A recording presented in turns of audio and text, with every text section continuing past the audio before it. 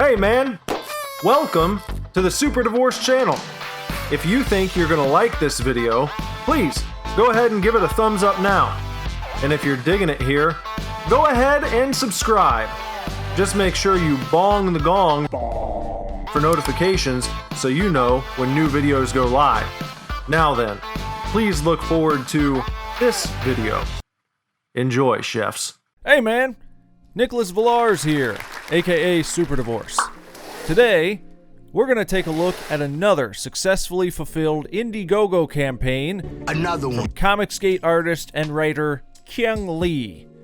This is a manga-inspired comic book called Battle Maiden Knuckle Bomb. In particular, we're checking out the premiere edition of issue number 2, which consists of chapters 3 and 4.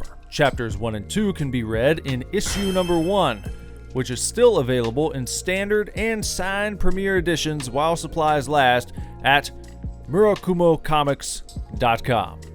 Now, before we get to the contents of the comic, let's have a gander at what I received for backing this campaign at the $50 Core Set Plus Supplement tier, starting with the Core Set items, which were all included for backers at the $25 level if you chose to forego the supplement. First, a pack of 5 trading cards.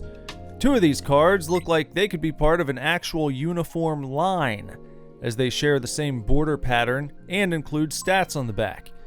The other 3 each have their own look and feel and seem a bit more random, but they all look great and feature fantastic artwork. Also fantastic looking are these 2 6x9 prints from artist Orange Sakai. In both of these, we get to see Saya with her hair quite a bit darker than normal. However, her hair could have been much darker than this. Keung Lee himself has said that her hair was actually black until just before he posted the very first promo for Battle Maiden Knuckle Bomb. Obviously, he switched it to blonde, and that's how she's been presented in most depictions ever since. Here we have a nice double-sided acrylic standee featuring Saya and the Battle Maiden Knuckle Bomb logo on the base. This standee also came with a small thank you insert featuring a black and white version of the art used on the print we just saw. On the interior is a little message from the creator, as well as instructions for removing the protective film on your standee. Here's the book itself. Being a premiere edition, it's foil stamped with a number that indicates its order in the production process. Mine is number 238. A bit earlier in the run than my premiere edition of issue 1, which is number 2760. 2760. In case you're curious. The premiere edition is a 64-page book with a nice, sturdy stock for the cover, as well as glossy pages for the interiors. Everything we've looked at thus far was included with the Core Set tier for $25. But if you doubled your contribution and backed at the $50 level, you also received this 48-page manga digest-sized booklet, the Compact Compendium Supplement, or the C2 supplement for short. Some people might not feel like it's worth paying an extra $25 for such a seemingly small extra. But in my opinion, it's well worth it. Worth every penny. Not only do I love the way it looks and feels with and without the sleek dust jacket, I also appreciate all the effort that went into packing every page full of information about the characters and the world Keung Lee has created. Pretty much everyone you meet in issues 1 and 2 gets a spot in this handbook, described in detail with bios, stats, trivia, and fun commentary from Keung Lee at the bottom of almost every page. The last quarter or so of the book is a printed version of Keung's old Ehrgeiz webcomic, which followed a former J-pop idol turned pro wrestler named Elise Shibata. As recently as 2017, Keung had actually planned to tell the story of the Ehrgeiz Queen's Gate inaugural tournament either through trading cards or a zine. Personally, I'd love to see him go back to that idea at some point. Hell, I'd back a completely separate series of comics dedicated to telling that story. What do you think? I'd buy that for $1. Let me know in the comments below. Anyway, All of that shit only set me back $50. Not bad, in my opinion. As for the meat and potatoes of the book, it continues right where issue 1 left off. Saya, aka Battle Maiden Knuckle Bomb, is on the receiving end of a brutal beatdown from the imposing Brecher, a former world champion female boxer and dishonorably discharged U.S. Marine with cybernetic arms. In case you missed issue 1, Brecher is kind of the lady responsible for Saya receiving her superpowers. Long story short, Saya's uncle Albert was in charge of a super soldier program for a multinational pharmaceutical juggernaut called the Spira Corporation, which is actually the public science division of a secret worldwide cabal called the Court of the Black Sun. Though he was a genius and had risen to the rank of chief science officer at Spira, Saya's uncle Albert had failed to create a version of the God Hand Serum, as it was called, that didn't leave its test subjects with monstrous disfigurements and diminished mental capabilities, at least as far as anyone besides Albert was concerned. Brecher, however, knew he was withholding his perfected version, or Project Epsilon, as he'd secretly named it. So Brecher shoots Saya, wounding her badly and leaving her uncle with no choice but to inject his niece with the perfected serum in order to save her life.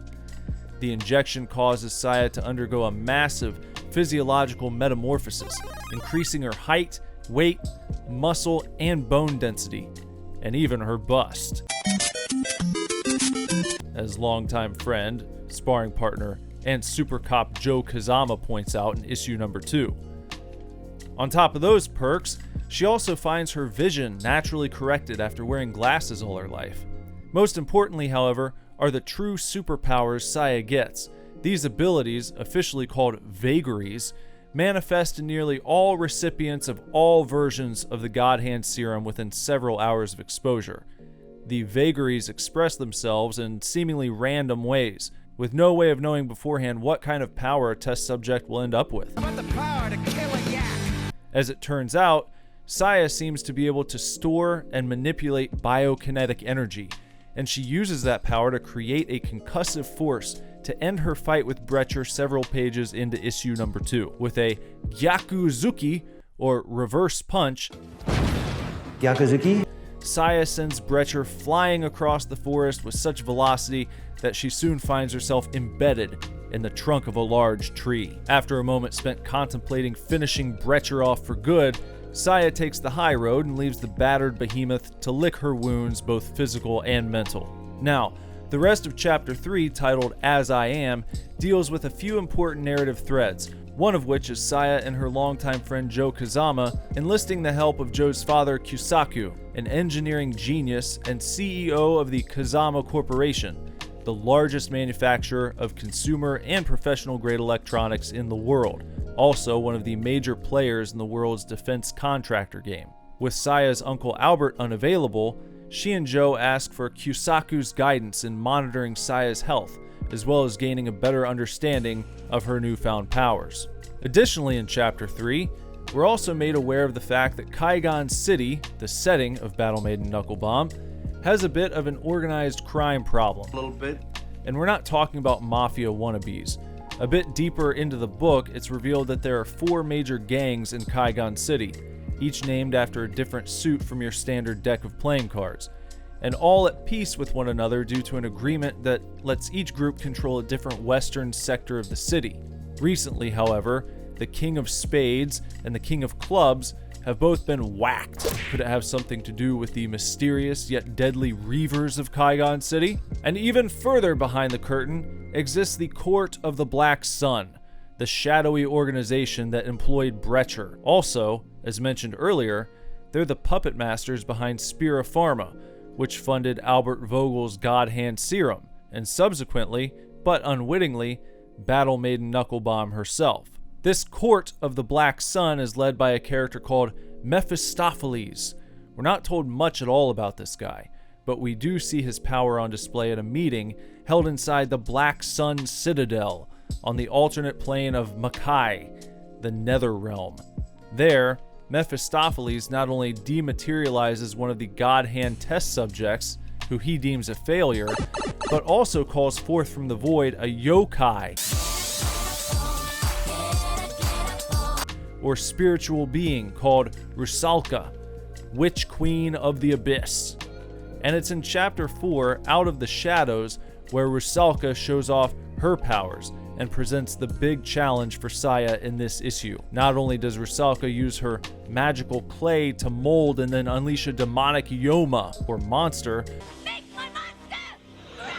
called the Dweller, but she also plants a seed of corruption, which feeds off negative energy and grows into a powerful yokai in its own right. Unlike Rusalka's clay monsters, though, she has no knowledge of what kind of yokai will blossom from her seed of corruption until just before it blooms. In this case, the being that's revealed is called Juboko, and almost as soon as the battle between Saya and Juboko begins, Issue 2 of Battle Maiden Knuckle Bomb ends. A nice cliffhanger right in the middle of a big fight, echoing the ending of the first issue. So, as we please look forward to issue number 3, which will begin its crowdfunding in November of 2021, we're left with plenty of questions and no shortage of exciting possibilities.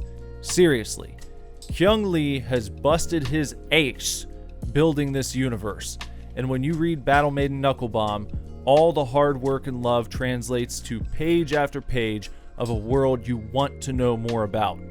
I can't stress enough how quick a glance we've taken at this story, by the way. There are characters I didn't get around to, and awesome subplots that I'm eager to continue following, but in the interest of keeping this video relatively short, I decided to cover just the essentials. So, if you're a fan of action-packed manga and the best of Western comics, get into these books now. In fact, the campaign for the standard edition of Issue 2 just launched on June 22nd, 2021, and will be running for 30 days. This is a great opportunity for anyone who's just now finding out about Battle Maiden, as there's actually an option to snag premiere and standard editions of Issues 1 and 2 all in one go. But availability is quite limited, so don't procrastinate. There's a link to the campaign in the description below. Lastly, before you go, please sub to the channel, the gong for notifications, and follow me on Twitter at @TheSuperDivorce. Everyone, thanks for watching. Keep kicking ass. Love you lots. Lord willing, I'll be back very soon with another video for you to watch. Bye-bye. We gonna go viral with this one.